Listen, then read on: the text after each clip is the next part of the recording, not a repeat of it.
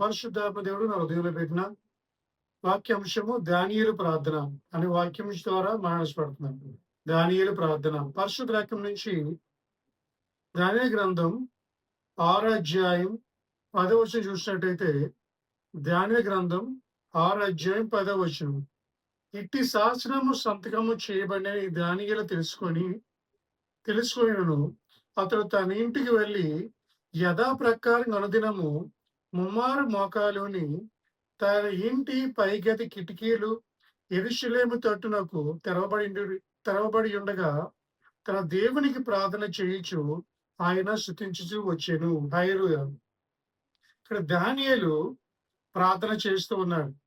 దానియేలు అనే అర్థం ఏంటంటే యెహోవా నా న్యాయాధిపతి అని అర్థం. గాడ్ ఈజ్ మై జడ్జ్ అని అర్థం. దానియేలు ఒక బానిసడిగా ఆ బబులోను దేశం జరిగింది. కుమార్తె ఆ బబులోను దేశంలో దేవుడు దానియేలుని ఉన్నతమైన స్థానంలో ఉంచాడు. బానిస అయినప్పుడు కూడా మంచి స్థాయిలో వచ్చిన కారణం ఏంటంటే దానియేలు చేసిన ప్రార్థన. కుమార్తె ఎందుకంటే ప్రార్థన అనేది క్రైస్తవుల జీవితంలో చాలా ముఖ్యమైనది. మనిషికి ఊపిరి ఎంత అవసరమో క్రైస్తవుడికి ప్రార్థన అంత అవసరం. కుమార్తె ప్రార్థన లేని క్రైస్తత్వము మృత్యులమని వాక్యం సెలవిస్తుంది. కాబట్టి ప్రతి క్రైస్తవుడికి ప్రార్థన అనేది చాలా అవసరం. ఎందుకంటే ఈ లోకంలో మనం ఏ విజయం సాధించాలన్నా, ఈ లోకంలో మన జీవితంలో మన కుటుంబాల్లో ఆశీర్వాదం జరగాలంటే అది ప్రార్థన వల్ల మాత్రమే జరుగుతుంది, దేని వల్ల జరగదు. కనుక ప్రార్థన అనేది మన జీవితంలో చాలా ప్రాముఖ్యమైనది. It plays an important role in our daily life. ప్రార్థన లేని జీవితం క్రైస్తత్వం కాదు. కుమార్తె దానియేలు ప్రార్థన చేస్తూ ఉన్నాడు. అయితే దానియేలు చేసే ప్రార్థనలో కొన్ని చాలా ప్రాముఖ్యమైన విషయాలు మనం నేర్చుకోవచ్చు. కుమార్తె దానియేలు చేసిన ప్రార్థనలో మొట్టమొదటిగా ఆయన చేసిన పని ఏంటంటే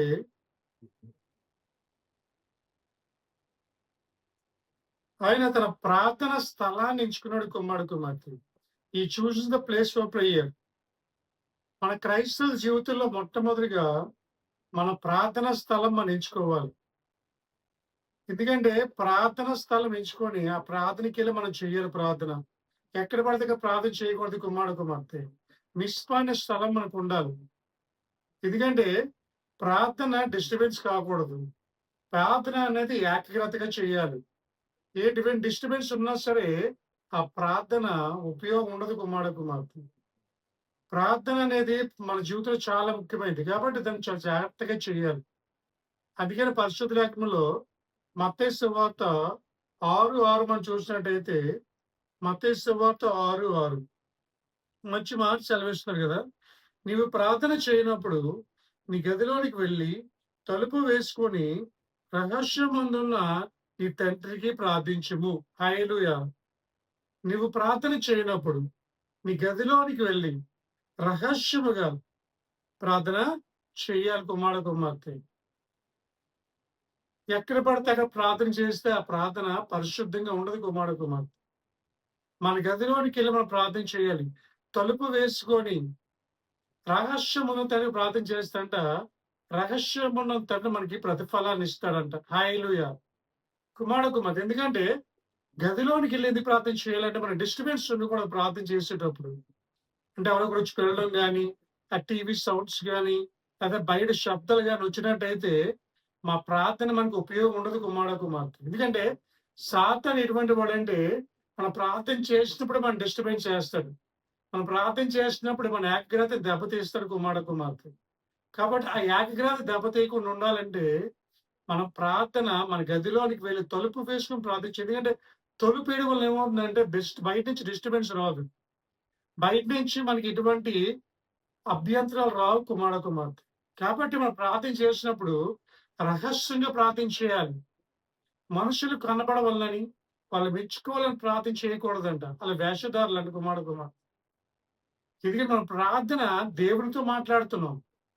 ప్రార్థన అనేది నీకు దేవుని మధ్య ఉన్న ఒక మాటలన్నమాట. కుమార్తె దేవుడు మనతో ప్రార్థన ద్వారా, వాక్యం ద్వారా మాట్లాడగలడు. కుమార్తె అందుకన్నాడు కదా, నిజంగా మొరపెట్టే వరకు ఇప్పుడు ఆయన అలక్ష్యము చేయడంట. విరిగిన హృదయాన్ని ఇప్పుడు ఆలస్యం చేయడు కుమారుడు. మనం ఎప్పుడు కూడా ప్రార్థన చేస్తే దేవునికి అనుకూలంగా ప్రార్థన చేయాలి. మన మేడగదిలోనికి వెళ్ళి ఆయన అదే చేశాడు. ఏం చేశాడు? దానియేలు తన స్థలాన్ని ఎంచుకున్నాడు కుమార్తె. అంటున్నాడు కదా! అతడు తన ఇంటికి వెళ్ళి అడిగెళ్ళాడు. ఇంటికి వెళ్ళాడు ఆయన. ఆయన ఉన్న ప్రదేశంలో ప్రార్థన చేయలేదు. ఇంటికి వెళ్ళి ఇంటి దగ్గర మోకరించి ప్రార్థన చేస్తాడు కుమార్తె. మనం కూడా ప్రార్థన చేసేటప్పుడు ఏకాంత ప్రార్థన చాలా ముఖ్యం. దేవుని మొరపెట్టినప్పుడు ఏకాంతంగా మొరపెట్టాలి. దేవుని మొరపెట్టినప్పుడు మనస్ఫూర్తిగా ప్రార్థన చేయాలి. ఎటువంటి డిస్టర్బెన్స్ ఉండకూడదు ప్రార్థన చేసినప్పుడు. ఎటువంటి అభ్యంతరాలు రాకూడదు ప్రార్థన చేస్తేనే ఆ ప్రార్థన దేవుని సన్నిధికి వెళ్తది కుమార్తె.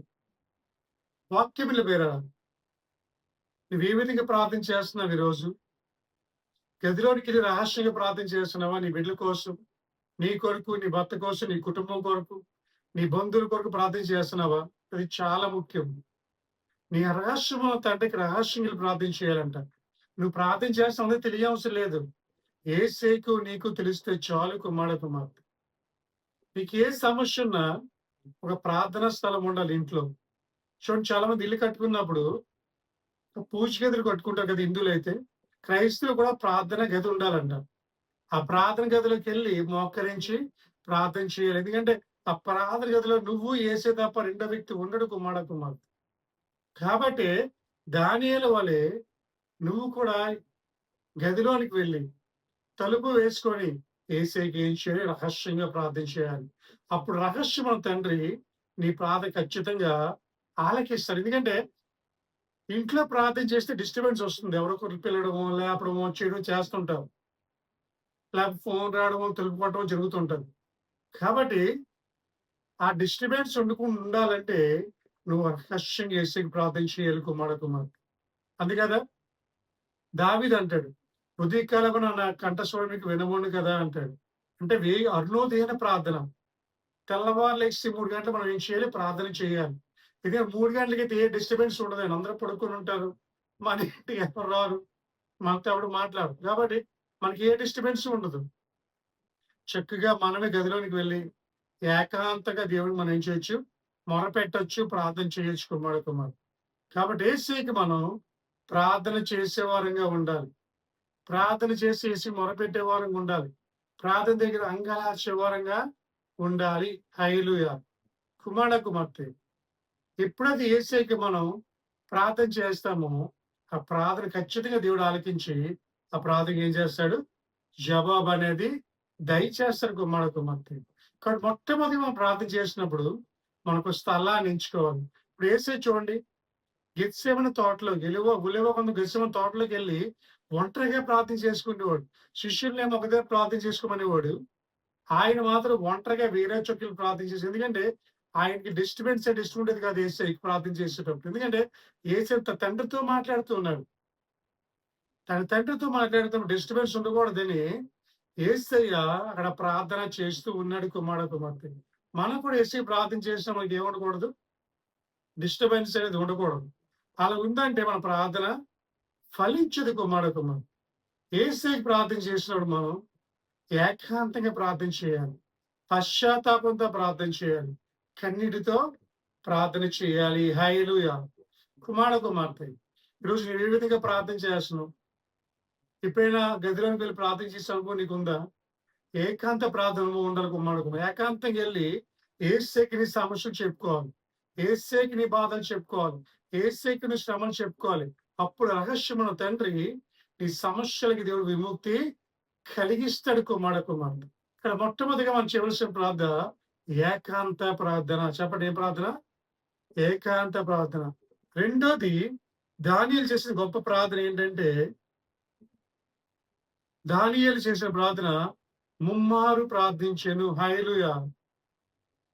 ఈ ప్రేస్ డైలీ 3 టైమ్స్. ఆయన ముమ్మారు ప్రార్థన చేశారంట కుమార్తె. ఎన్నిసార్లు ప్రార్థన చేసి చెప్పండి? ముమ్మారు ప్రార్థన చేశారండి 3 టైమ్స్ కుమార్తె. యథావిధిగా అని ఉంటదక్కడ. అంటే ఎప్పుడు జరిగే విధంగా అంటే ఈ ప్రతిరోజు దానియేలు ముమ్మారు ప్రార్థన చేస్తారు. ఒకరోజు కాదండి. యథావిధిగా అంటే అర్థం ఏంటంటే ఎప్పుడు చేసే విధంగా. అంటే దానియేలు తన జీవిత ప్రయాణంలో ప్రతిరోజు 3 సార్లు ప్రార్థన చేసేవాడు కుమారుడు. మనం ప్రార్థన ఎన్ని సార్లు చేస్తున్నాం అనేది చాలా ఇంపార్టెంట్ కుమారుడు. మనం కొంతమంది అయితే రోజుకి ఒకసారి కూడా చేయరు. వారానికి ఒకసారి కూడా చేయరు. కానీ ఎప్పుడైనా కష్టం వస్తేనే ప్రార్థన చేస్తాం. అలాగే ప్రార్థనే చెయ్యం. కష్టం వస్తేనే యేసే కావాలి. సుఖం ఉంటే యేసే అవసరం లేదు. కష్టం ఉంటే మాత్రం చర్చ్ ఎప్పుడు మానం. ప్రతి ఆదివారం చర్చ్‌కొచ్చేస్తాం. యేసుని మొరపెడతాం. యేసు దగ్గర ఏడుస్తాం. యేసయ్య కష్టాలు తీర్చగానే చర్చ్ ఎక్కడిదో కూడా మర్చిపోతాం పూర్తిగా. చర్చ్ మర్చిపోయి వెళ్ళిపోతాం కుమారుడు. అలాగే నా జీవితంలో జరిగిన ఒక సంఘటన మీతో పంచుకుంటాను ఇప్పుడు. ఇప్పుడు జ్ఞాపకం వచ్చింది. ఒక ముగ్గురు యవ్వనస్తులు నా దగ్గరికొచ్చారు. "అన్నయ్య మాకు ఉద్యోగాలు లేవు ప్రార్థన చేయండి అన్నయ్య" అన్నారు. సరే వాళ్ళ ముగ్గురికి నేను చేశాను. ప్రతిసారి వచ్చి ప్రార్థన చేయించుకుంటేవారు అన్నారు. ఉద్యోగాలు లేవని. అయితే వాళ్ళకి ఏం చేశానంటే నేను ప్రార్థన చేశాను. మోకరించాను మీకొక ప్రార్థన చేశానని వాళ్ళకి ప్రార్థన చేశాను. ప్రార్థన చేసిన తర్వాత దేవుడు ఆశ్చర్యకరంగా ఆళ్ళకి వైజాగ్‌లో ఉన్న టెక్ మహేందర్‌లో వాళ్ళకి మంచి జాబులు దేవుడిచ్చాడు ముగ్గురికి. అయితే తర్వాత నుంచి వాళ్ళకి కనిపించడం మానేశారు. ఒక 6 మంత్స్ తర్వాత ఒకసారి కనిపించాడు రోడ్డు మీద. నేనడిగాను, "తమ్ముడు ఎలా ఉన్నారు" అన్నాను. "బాగున్నాం అన్నయ్య" అన్నారు. "ఏం చేస్తానంటే జాబ్ వచ్చింది అన్నయ్య టెక్ మహేందర్‌లో" అన్నాను. "ఏరా కనిపించడం మానేశారంటే" "అన్నయ్య ఆదివారం కూడా మాకు సెలవు ఉండట్లేదు. డ్యూటీకి ఎళ్ళవలసొస్తుంది" అన్నారు. హల్లెలూయా! చూసారా? ప్రార్థన అవసరం ఉన్నోడు మాత్రం ప్రతిరోజు జ్ఞాపకం ఉన్నాడు దేవుడు. ప్రతిరోజు చర్చ్‌కొచ్చేవాడు. ప్రతిరోజు ప్రార్థన చేయించుకునేవాడు. కానీ ఎప్పుడైతే దేవుడు ఉద్యోగాలు ఇచ్చాడో ఇక చర్చే మానేశారు వాళ్ళ కుమారుడు. మన క్రైస్తవులు ఆ విధంగా ఉంటున్నారు ఈ రోజుల్లో. కృతజ్ఞత భావం లేదు. అవసరమైనందుకు దేవుని వాడుకుంటున్నది వదిలేస్తున్నామేమో. కానీ దాని అలా కాదండి. దానియేలు యథావిధిగా అంటే ఎప్పుడు చేసే విధంగా ముమ్మారు యేసుకి ఏం చేస్తున్నాడు? మొరపెడుతూ ఉన్నాడు. హల్లెలూయా! సో గట్టిగా చప్పట్లు కొడదాం యేసుకి ఒకసారి. మనం కూడా ఏం చేయాలంటే ముమ్మారు యేసుకి ప్రార్థన చేయాలి. ముమ్మారు యేసుకి కన్నీళ్లు ప్రార్థన చేయాలి. మనకి ఏ కష్టం ఉన్నా, ఏ సమస్య ఉన్నా, సంతోషంలో ఉన్న, దుఃఖంలో ఉన్నా, మనం రోజు యేసుకి ప్రార్థన చేయాలి. కనీసం ఒక్కరోజే చేయట్లేదు. మనం ముమ్మారు ఎక్కడ చేస్తాం? ముమ్మారు ఒకటి చేస్తాం ఏంటి తెలుసండి? భోజనం. తెల్లవారు టిఫిన్ చేస్తాం, మధ్యాహ్నం భోజనం చేస్తాం, రాత్రి కూడా డిన్నర్ అయిపోతుంది కుమార్తె. ఖచ్చితంగా ముమ్మారు భోజనం చేయగలుగుతున్నాం గానీ, ముమ్మారు మాత్రం ప్రార్థన చేయలేకపోతున్నాం కదా! కొంతమంది ఆ తమ్ముడు ఏదో 3 సార్లు ప్రార్థన చేస్తాడన్నాడు. అన్నయ్య నేను ముమ్మారు ప్రార్థన చేస్తానన్నాడు. ఎలాగంటే ఉదయం టిఫిన్ చేసే ముందు ప్రార్థన, భోంచేసే ముందు ప్రార్థన, అలాగే రాత్ర భోంచేసే ముందు ప్రార్థన. ఈయన ప్రార్థన గురించి మాట్లాడలేదండి. మీరు వ్యక్తిగతంగా ముమ్మారు ప్రార్థన చేస్తున్నారా? వ్యక్తిగతంగా యేసుకి మొరపెడుతున్నారా? మనం ప్రతిరోజు ప్రార్థన చేయాలి. యోబు అరుణోదయాన లెగిసి వాళ్ళ బిడ్డల కోసం ప్రార్థన చేసాడు ప్రతిరోజు. మనం చేస్తున్నావా నీ బిడ్డల కోసం ప్రార్థన? నువ్వు ప్రార్థన చేస్తున్నావా దేవుని దగ్గర? అంగలారుస్తున్నావా? కుమారుడు. యేసు మనం ఏం చేయాలంటే ముమ్మారు ప్రార్థన చేయాలి. యేసు దగ్గర కన్నీరు విడిచి ప్రార్థన చేయాలి. యేసు దగ్గర పశ్చాత్తాపంతో ప్రార్థన చేయాలి కుమారుడు. ఇక్కడ దానియేలు ముమ్మారు ప్రార్థన చేస్తున్నాడు. అందుకనే పరిశుద్ధ కీర్తన గ్రంథం 55 అధ్యాయం 16, 17 చూసినట్టయితే కీర్తన గ్రంథం 55 అధ్యాయం 16, 17 అయితే నేను దేవునికి మొరపెట్టుకొందును, యెహోవా నన్ను రక్షించును. సాయంకాలమున, ఉదయమున, మధ్యాహ్నమున నేను ధ్యానించుచు మొరపెట్టుకొందును. ఆయన నా ప్రార్థన ఆలకించును. ఆమె చెప్దామా? ఎంత మంచి మాట అన్నాడండి. దేవునికి మొరపెట్టుకొందును, యెహోవా నన్ను రక్షించును. ఎలా చేస్తున్నా ప్రార్థన? సాయంకాలమున, ఉదయమున, మధ్యాహ్నమున నేను ధ్యానించుచు మొర్రపెట్టుకొందును. ఆయన నా ప్రార్థన ఆలకించును. ఇక్కడ సాయంకాలము చేస్తున్నాడు, మధ్యాహ్నము చేస్తున్నాడు, ఉదయము చేస్తున్నాడు దావీదు ప్రార్థన కుమార్తె. మనం ఎన్నిసార్లు చేస్తున్నాం రోజుకి ప్రార్థన? ఈ రోజు మీరు ప్రార్థన చేశారా? తెల్లవారు లేసి యేసుకి మొరపెట్టారా? ఒకసారి జ్ఞాపకం చేసుకోండి కుమార్తె. ఎంతమంది ఇంట్లో కుటుంబ ప్రార్థన జరుగుతుంది ఈరోజు? కుటుంబాలు ఉన్నాయి. కానీ కుటుంబ ప్రార్థన అవ్వట్లేదు చాలా మంది ఇంట్లో. కుమార్తె. కుటుంబ ప్రార్థన అనేది మన ఆత్మీయతలో చాలా బలమైనది కుమార్తె. కదా అంటున్నాడు. నేను మొరపెట్టినప్పుడు దేవుడు నన్ను రక్షిస్తాడు. యేసేకి ఎందుకు మొరపెడుతున్నామంటే యేసే మనల్ని రక్షిస్తాడు మొరపెడితే. యేసే మనల్ని కాపాడుతాడు మొరపెడితే. యేసే మన హక్కులు చేసుకుంటే మనం మొరపెడితే కుమార్తె. అందుకే మనం యేసేకి ఏం చేయాలంటే ప్రతి దినము మొరపెట్టాలి. యేసు ప్రతి దినము అంగలార్చాలి. అప్పుడు దేవుడు మన జీవితంలో ఆశ్చర్య కార్యాలు చేస్తారని చెప్తుమ్మా. కుమార్తె ఉదయం ప్రార్థన చేయాలి, మధ్యాహ్నం ప్రార్థన చేయాలి, రాత్రి ప్రార్థన చేయాలి. ముమ్మారు ప్రార్థన చేయాలి యేసయ్యకు. అప్పుడే దేవుడు మన జీవితంలో అద్భుత కార్యం చేయగలడు అన్నాడు. యేసయ్య మనం రక్షించాలన్నా, దేవుడు మన ప్రార్థన ఆలకించాలన్నా, మనం ముమ్మారు యేసయ్యకు ప్రార్థన చేయాలి. ఎలా ప్రార్థించాలి చెప్పండి? ముమ్మారు ప్రార్థన చేయాలి. పక్క వాళ్ళు చెప్పండి, మీ ఇంటి దగ్గరలో ఉన్న పక్క వాళ్ళకి ముమ్మారు ప్రార్థన చేయాలి. ఎన్నిసార్లండి? అంటే 3 సార్లు ప్రార్థన చేయాలి కుమారుడు. ఏకాంతంగా యేసయ్యని ముమ్మారు ప్రార్థించి దేవుడిని జీవితంలో ఆశీర్వాదం జరిగిస్తారు అని చెప్దామా? కాబట్టి రెండోదిగా దానియేలు ఎన్నిసార్లు చేశాడు ప్రార్థన? ముమ్మారు ప్రార్థన చేశాడు. మనకు కూడా వారానికి 3 సార్లు, లేకపోతే నెలకు 3 సార్లు, లేకపోతే ఊరికి ఒకసారి కాదండి. యథావిధిగా ప్రతిరోజు ముమ్మారు దానియేలు వలె ప్రార్థించాలి. ప్రార్థన చేస్తే దేవుడు మనల్ని రక్షిస్తాడు. మన ప్రార్థన ఆలకిస్తాడు. అందుకని అంటాడు కదా కీర్తనకారుడు 121లో, కొండలతో నీకు కొల్లెత్తుచున్నాను, నాకు సహాయం ఎక్కడి నుండి వచ్చును? యెహోవా వల్లనే నాకు సహాయం కలుగును. భూమి ఆకాశం సృష్టించిన వాడు. హల్లెలూయా. కొండలతో నేను కొల్లెత్తుచున్నాను, నాకు సహాయం ఎక్కడి నుంచి వచ్చును? యెహోవా వల్లనే నాకు సహాయం కలుగును. హల్లెలూయా. నువ్వు సంతోషం ఉన్నా ప్రార్థించే, దుఃఖంలో ఉన్నా ప్రార్థించే, ఎటువంటి సమయంలో ఉన్నా, ఏ సందర్భంలో ఉన్నా, ఎలాగున్నా యేసయ్యకి మొరపెట్టు. ఎందుకంటే యేసయ్యకి కావాల్సింది నీ ప్రార్థన. యేసయ్యకి కావాల్సింది నీ యొక్క విజ్ఞాపన. ఆయన నీ ప్రార్థన ఆలకించాలని సిద్ధంగా ఉన్నాడు ఈరోజు కుమార్తె. మరి ప్రార్థన చేస్తే యేసయ్య ఈరోజు ముమ్మారు. యేసయ్యకి మొరపెడతావా ముమ్మారు ఈరోజు? ప్రార్థన చేయి కుమారుడా. 3 సార్లు కాకపోతే 5 సార్లు యేసయ్య ప్రార్థన చేయి. దావీదంట 7 సార్లు దేవుని స్తుతించేవాడంట. ఎన్నిసార్లు? మనం ఎన్నిసార్లు స్తుతిస్తున్నాం దేవునికి? ఎన్నిసార్లు పాటలు పాడుతున్నాం రోజుకి? కుమారుడు. నువ్వు ముమ్మారు యేసయ్య ప్రార్థన చేయి. నీ కుటుంబం జీవితంలో నువ్వు ఆశ్చర్యకార్యం చూడగలవు కుమారుడు. తర్వాత ఆయన ఏం చేశాడంటే గొప్ప సంగతి, ఆయన యెరూషలేము తట్టు తిరిగాడంట. ఆయన యెరూషలేము తట్టు తిరిగి ప్రార్థన చేశాడు. ఆయన గదిలోనికి వెళ్ళాడు. రోజుకు ముమ్మారు ప్రార్థన చేస్తున్నాడు. ఆయన ప్రార్థన చేస్తున్న ఎటువైపు తిరిగాడు? యెరూషలేము తట్టు తిరిగి ప్రార్థన చేస్తున్నాడు. మనం కూడా ప్రార్థన చేసేటప్పుడు యేసయ్య వైపు చూసి ప్రార్థన చేయాలి. దేవుని వైపు చూస్తూ ప్రార్థన చేయాలి. నీ కోర్చం రక్తం కాచిన యేసయ్యని చూస్తే, యెరూషలేము అంటే దేవుడు నివసించే స్థలం. అటువైపు చూసి ప్రార్థన చేస్తున్నాడు కుమారుడుతో. రోజు నువ్వు ఇటువైపు చూసి ప్రార్థన చేస్తున్నావు. యెరూషలేము తట్టు చూస్తూ ఆయన యేసయ్యకి ఏం చేస్తున్నాడు? ప్రార్థన చేస్తున్నాడు కుమారుడు. మనం కూడా ప్రార్థన చేసేటప్పుడు యేసయ్యని చూస్తూ ప్రార్థన చేయాలి. యేసయ్య ముఖ దర్శనం చేసుకుంటూ ప్రార్థన చేయాలి. దేవుని వైపు చూస్తూ దేవునికి మొరపెట్టాలి కుమారుడు. అప్పుడే యేసయ్య కొందృష్టి మనమే పడుతుంది. యేసయ్య మన మొర ఆలకిస్తాడు. మన ప్రార్థన చేసే జవాబు దయచేస్తాడు కుమారుడు. మనం యేసయ్య వైపు చూస్తూ, ఆయన కార్చిన రక్త శిలువ వైపు చూస్తూ, మన కోసం దెబ్బలు తిన్న యేసయ్యని చూస్తూ, శిలువ మీద వేలాడుతున్న యేసయ్యని చూస్తూ మనం ఏం చేయాలి? ప్రార్థన చేయాలి. హల్లెలూయా. కుమార్తె మనం ప్రార్థన చేస్తున్నాం అంటే ఆయన తట్టు తిరిగి ప్రార్థన చేయాలి. యేసయ్య వైపు చూస్తూ ప్రార్థన చేయాలి.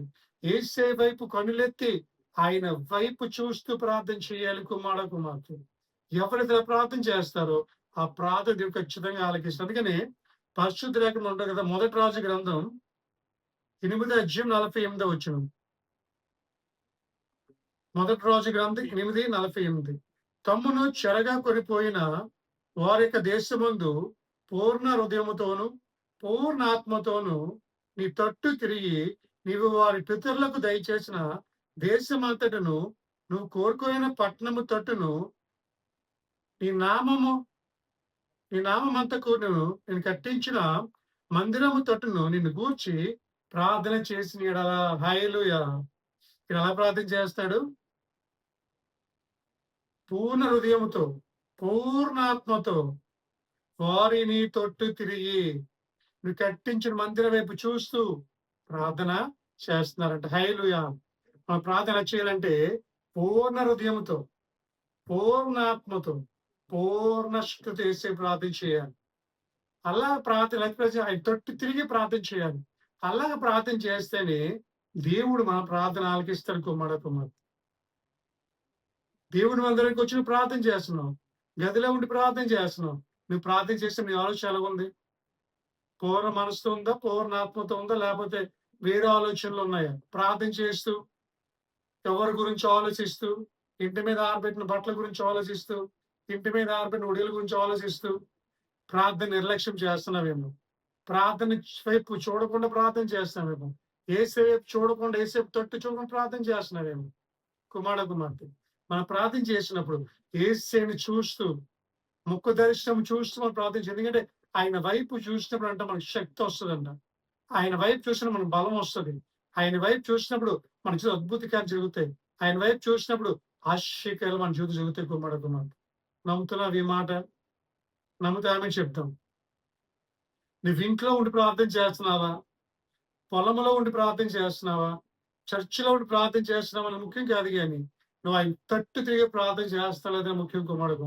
ఆయన వైపు చూస్తూ, యేసే ముఖం చూస్తూ, ఆయన ముఖ దర్శనం చేసుకుంటూ, ఆయన మందిరం వైపు చూస్తూ, దేవునికి పూర్ణ మనస్సుతో, పూర్ణ బలముతో యేసయ్యకి ఏం చేయాలి? ప్రార్థన చేయాలి. హల్లెలూయా! కానీ నువ్వెలా ప్రార్థన చేస్తున్నావు ఈరోజు? ఏదో చేస్తాం నామకావస్థగా. నామకార్థ ప్రార్థన యేసుకి ఇష్టం ఉండదండి. పూర్ణ మనసుతో ప్రార్థన చేయాలి. ఏదో ఈరోజు చేస్తాంలే, ఏదైనా రెగ్యులర్‌గా చేస్తున్న ప్రార్థనే కదా! అని త్వరగా చేసి లెగిసిపోతున్నావేమో ప్రార్థన. చేయకపోతే బాగోదని చేస్తున్నావేమో. అది కాదు యేసయ్యకి కావాల్సింది. పూర్ణ మనసుతో యేసయ్య ప్రార్థన చేసేవాడు కావాలి. పూర్ణ హృదయం చేసి ప్రార్థన చేయాలి. ఎలా చేయాలి? ఆయన తట్టు తిరిగి ప్రార్థన చేయాలి. యేసయ్యని చూస్తూ ప్రార్థన చేయాలి. ఆయన వైపు చూస్తూ, ఆయన వైపు కళ్ళెత్తి చూసి మనం ప్రార్థన చేస్తే, ఆ ప్రార్థన ఖచ్చితంగా దేవుడు ఏం చేస్తాడు?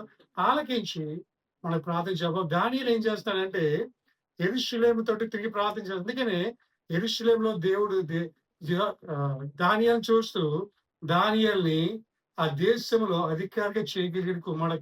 అంటే దానియేలు దేవుడు సహాయం చేశాడు. దానియేలు దేవుడు ఆదుకున్నాడు.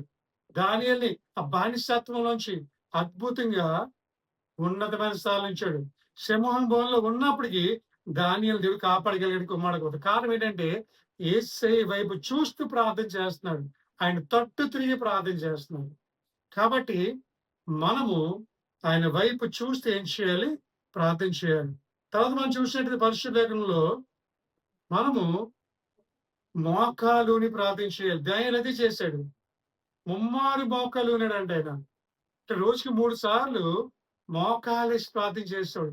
నువ్వు ఎలా ప్రార్థన చేస్తున్నావు ముఖ్యం కాదు. కొంతమంది కూర్చొని ప్రార్థన చేస్తారు. కొంతమంది నిలబడి ప్రార్థన చేస్తారు. కొంతమంది పడుకొని ప్రార్థన చేస్తారు. కొంతమంది మోకాళ్ళ మీద ఉండి ప్రార్థన చేస్తారు. ఇయన్నిటిలో కన్నా శక్తివంత ప్రార్థన ఏదంటే మోకాళ్ళ ప్రార్థన. హల్లెలూయా! మోకాళ్ళ ప్రార్థన దేన్ని సూచిస్తుందంటే తగ్గింపును చూపిస్తుంది. మోకాళ్ళ ప్రార్థన దేవునికి విధేయత చూపిస్తుంది కుమార్తె. యేసయ్య కూడా గెత్సేమనే తోటలో మోకాళ్ళ మీద ఉండి యేసుకి ప్రార్థన చేసేవాడు కుమారుడు. ఈరోజు సంఘంలో నువ్వు మోకాలేసి ప్రార్థన చేయగలుగుతున్నావా? కొంతమంది కూర్చొని ప్రార్థన చేస్తారు. కొంతమంది బుర్ర కిందకి పూర్తి దించేసి ప్రార్థన చేస్తారు. కుమారుడు. నేను అలా చేయడం తప్పు అంటలేదు గాని, మోకాళ్ళ మీద ఉండి ప్రార్థన చేస్తే యేసయ్య నీ ప్రార్థన బహుగా ఆలకిస్తాడు కుమారుడు. అందుకనే పరిశుద్ధ లేఖనంలో ఒక మాట ఉంటది. బైబిల్ తీసినట్టు చూద్దాం ఒకసారి. ఫిలిప్పీయులకు రాసిన పత్రిక 2 అధ్యాయము 9, 10. ఫిలిప్పీయులకు రాసిన పత్రిక 2 అధ్యాయం 9, 10. అందుచేతనే పరలోకమందున్న వారిలో గాని, భూమి మీద ఉన్న వారిలో గాని, భూమి క్రింద ఉన్న వారిలో గాని, ప్రతి వాని మోకాలు యేసయ్య నామమున వంగినట్లును. హల్లెలూయా! ఏం చేయాలంట? ప్రతి మోకాలు పరలోకమందు గాని, భూమి మీద గాని, భూమి కింద గాని, ప్రతి ఒక్కరి మోకాలు ఆయన దగ్గర వంగాలి. ఎందుకంటే ఆయన నామము గొప్ప నామము కాబట్టి. హల్లెలూయా! ఆ నామానికి మనకు మర్యాద ఇవ్వాలి. ఆ నామానికి మనం గౌరవం ఇవ్వాలి. ఆ నామానికి మనం స్తుతించే వారికి ఉండాలి కుమార్తె. మోకాలు వేస్తున్నామంటే యేసయ్యకి మనం విధేయత చూపిస్తున్నట్టు. మోకాలు వేస్తుంటే మనం తగ్గించుకొని ప్రార్థన చేస్తాడు కుమారుడు. రోజు నువ్వు ఎలా ప్రార్థన చేస్తున్నావు? నీ మోకాలు వంగట్లేదు దేవుని దగ్గర. అన్ని చోట్ల నీ వంగుతాయి గాని మోకాలు. ప్రార్థన దగ్గర మాత్రం మోకాలు వంగవు. ఏంటో మోకాలు నొప్పులు అంటాం ప్రార్థన చేయమంటే. మోకాలు ఏమంటే మోకాలు సహకరించట్లేదు అంటున్నాం. కుమారుడు. దానియేలు ముమ్మారు ఉదయం మోకలేసి ప్రార్థన చేస్తున్నాడు. మధ్యాహ్నం ప్రార్థన చేస్తున్నాడు మోకాలేసి. రాత్రి కూడా మోకాలేసి ప్రార్థన చేస్తాడు. ఆయన గాడిలో ఎప్పుడు కూడా కూర్చొని ప్రార్థన చేసిన బైబిల్‌లో లేదండి. ఆయన ఎన్ని సార్లు ప్రార్థన చేసిన మోకాళ్ళ మీదనే ప్రార్థన చేశాడంట. ఎందుకంటే దేవుడంటే అంత భయం ఆయనకి. దేవుడంటే అంత విధేయత. దేవుడంటే అంత గౌరవం దానియేలు కుమారుడు. కాబట్టి అన్ని సార్లు చేసినా ఆయన మోకాళ్ళ మీద ఉండే ప్రార్థన చేస్తాడు కుమారుడు. మనం కూడా ప్రార్థన చేసినప్పుడు మోకాళ్ళ మీద ఉండి ప్రార్థన చేయాలి. ఎందుకంటే మోకాళ్ళ ప్రార్థన చాలా శక్తివంతమైన ప్రార్థన. మోకాళ్ళ ప్రార్థన మన స్థితిగతులు మారుస్తది. మోకాళ్ళ ప్రార్థన మన పరిస్థితులు మారుస్తది. మోకాళ్ళ ప్రార్థన మన బలహీనతను తగ్గిస్తది కుమారుడు. ఇక్కడ ప్రతి ఒక్కరు కూడా ఏం చేయాలంటే ఆయన నామములో ప్రతి మోకాలు వంగాలి. ప్రతి మోకాళ్ళు ఆయన దగ్గర వంగి ఆయన దగ్గర ఏం చేయాలి మనం ప్రార్థన చేయాలి. హల్లెలూయా. కుమార్తె అదే వాక్యం సెలవిస్తూ ఉంది. ప్రతి మోకాలు ఆయన దగ్గర వంగినట్లు అంటాడు. హల్లెలూయా. మనం ప్రతి ఒక్కరము కూడా ఆయన దగ్గర వంగాలంటాం. ఎప్పుడైనా మన స్కూల్‌లో చూడండి హోంవర్క్ చేయకపోతే ఏం చేస్తారు? మోకాలు ఎయిస్తారు. ఎందుకు? అది పనిష్మెంట్. ఇక్కడ కూడా మనం దగ్గర దగ్గర మోకాలేసి ప్రార్థన చేస్తే ఆ ప్రార్థన మనకి ఎలా ఉంటుందంటే దేవునికి అనుకూలంగా ఉంటుంది. దేవునికి ఆశీర్వాదకరం మనకు కూడా దేవుడు దీవిస్తాడు. మోక్కలేసి ప్రార్థన చేయడం వల్ల కుమార్తె. అనేక మంది భక్తులు బైబిల్ మోక్కలేసి ప్రార్థన చేశారు. ఆ మోకాల ప్రార్థనతో వారు విజయాలు కూడా సాధించాడు కుమార్తె. మన ప్రార్థన దేవుడు ఆలకించాలంటే, మన ప్రార్థన దేవుడు జవాబు తెచ్చేయాలంటే, మనం కూడా మోకాలేసి ఏం చేయాలి? ప్రార్థన చేయాలి. హల్లెలూయా. ఈరోజు ప్రతి ఒక్కరు మోకాలు దేవుడు ఉంచును గాక. ఈ వాక్యం ప్రతి ఒక్కరు మోకాలు ఎదురు గాక. మేము చెప్పవసరం లేదండి. దైవదాసు చెప్పవసరం లేదు మోకాలేయాలని. ఎవరో చెప్పవసరం లేదు. మీ అంతటి మీరే ఆటోమేటిక్‌గా మోకాలు వంగాలి దేవుని దగ్గర. అలా వంగట్లేదంటే దేవుడంటే మీకు విధేయత లేనట్టే. దేవుని మర్యాద లేనట్టే కుమారుడు. కాబట్టి ప్రతి మోకాళ్ళ దగ్గర ఏం చేయాలి? వంగాలి. దేవుని దగ్గర మొరపెట్టాలి కుమారుడు. రైట్. చివరగా వెళ్తాను. చివరగా మనం చూసినట్టయితే ఆయన తన కిటికీ తలుపులు తెరిచాడు కుమారుడు. దానియేలు ఏం చేశాడంటే మేడగదిలోకి వెళ్లి కిటికీలు తలుపులు తెరిచి హల్లెలూయా. ఎందుకు కిటికీ తలుపులు తెరిచాడంటే యెరూషలేము వైపు చూడడానికి. దేవుని వైపు చూడడానికి కుమారుడు. మనం కూడా దేవుని వైపు చూడాలంటే మనం హృదయం అని కిటికీలు తెరుచుకోవాలి. హృదయం అని కిటికీలు తెరిస్తేనే మనము యేసుని చూస్తూ ప్రార్థన చేయగలం కుమారుడు. చాలా మంది ప్రార్థన చేస్తారు కానీ కిటికీలు మూసుకొని ఉన్నాయి. చాలా మంది ప్రార్థన చేస్తారు కానీ తలుపులు మూసుకొని ఉన్నాయి. మనం యేసుకి ప్రార్థన చేసినప్పుడు హృదయము అనే తలుపులు తెరవాలి. హృదయం అనే కిటికీలు తెరిచి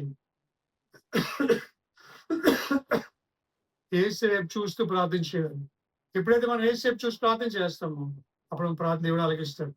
హృదయం అనే తలుపులు, హృదయం అనే కిటికీలు తెరిచి యేసుకి ఏం చేయాలి?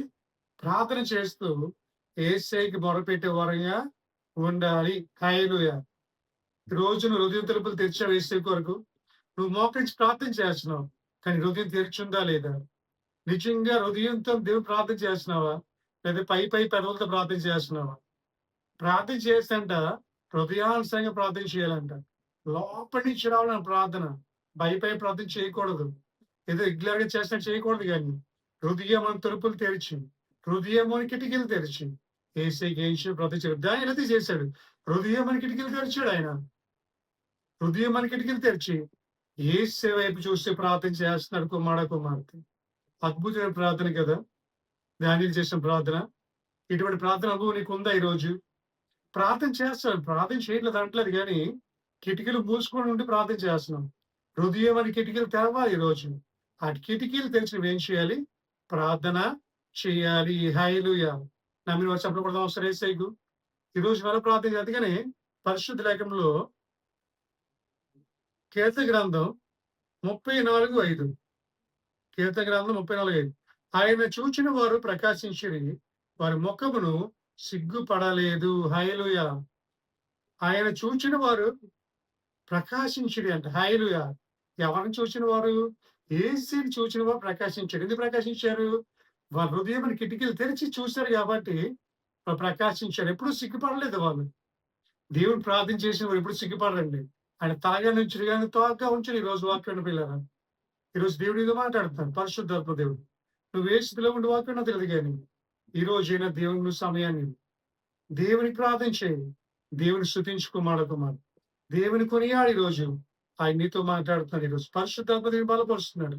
నువ్వు ఎటువంటి ఆత్మీయతకు లేవనో తెలియదు కానీ ఈ క్షణమే హృదయం దేవునికి ఇవ్వు. ఆయన నిన్ను ఉన్నతమైన స్థలం ఉంచాలని ఆశపడుతున్నాడు. కాబట్టి చివరిగా కూడా చెప్తున్నాను, నువ్వు ప్రార్థన చేసినప్పుడు నీ హృదయం తలుపులు తెరువకుమాడకుమారు. అప్పుడు నీ ముఖం ప్రకాశిస్తుంది. నువ్వు ఎప్పుడు సిగ్గుపడవు. అప్పుడు ఈ వాక్యం నీకు ఆశీర్వాదకున్నట్టయితే, దానియేలు ప్రార్థనకి దీవెనకరంగా ఉన్నట్టయితే, దానియేలు వలె నువ్వు కూడా ప్రార్థన చేయాలనుకున్నట్టయితే, నువ్వున్న ప్రదేశాన్ని మోకరించు. మోకాల మీద ఉండు. ప్రతి మోకాలైనా మనం వంగాలి కాబట్టి ప్రతి మోకాలైనా మనం వంగాలి. ప్రతి ఒక్కరు మోకాలు వేయండి. మీ కొరకు ప్రత్యేకంగా ప్రార్థన చేస్తాను. మీ కొరకు, మీ కుటుంబాల కొరకు నేను ప్రార్థన చేస్తుండగా మీరు నా ప్రార్థనలు ఏకీపించండి. పరిశుద్ధులు పరిశుద్ధులు పరిశుద్ధులు అని దూతలతో భక్తులతో కొనియాడబడుచున్న యేసయ్య నీకు వందనాలు ప్రభా.